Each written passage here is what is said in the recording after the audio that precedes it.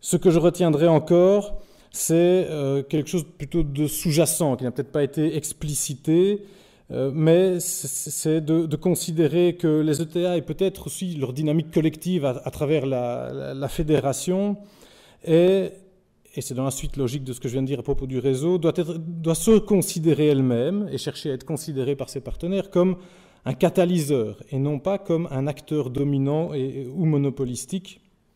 Et donc, par exemple, notamment favoriser des approches systémiques des différentes politiques. On a vu à travers les exemples autrichiens et britanniques notamment, que peut-être, sous réserve d'inventaire plus précis, qu'un des critères les plus déterminants dans l'insertion par l'emploi ou l'activité économique des personnes handicapées, c'est le fait qu'elles aient eu un parcours d'insertion scolaire le plus approfondi, le plus long possible. C'est un appel, évidemment, à ce que les acteurs que vous êtes en tant que FEBRAP aient leur mot à dire sur les politiques d'enseignement, par exemple.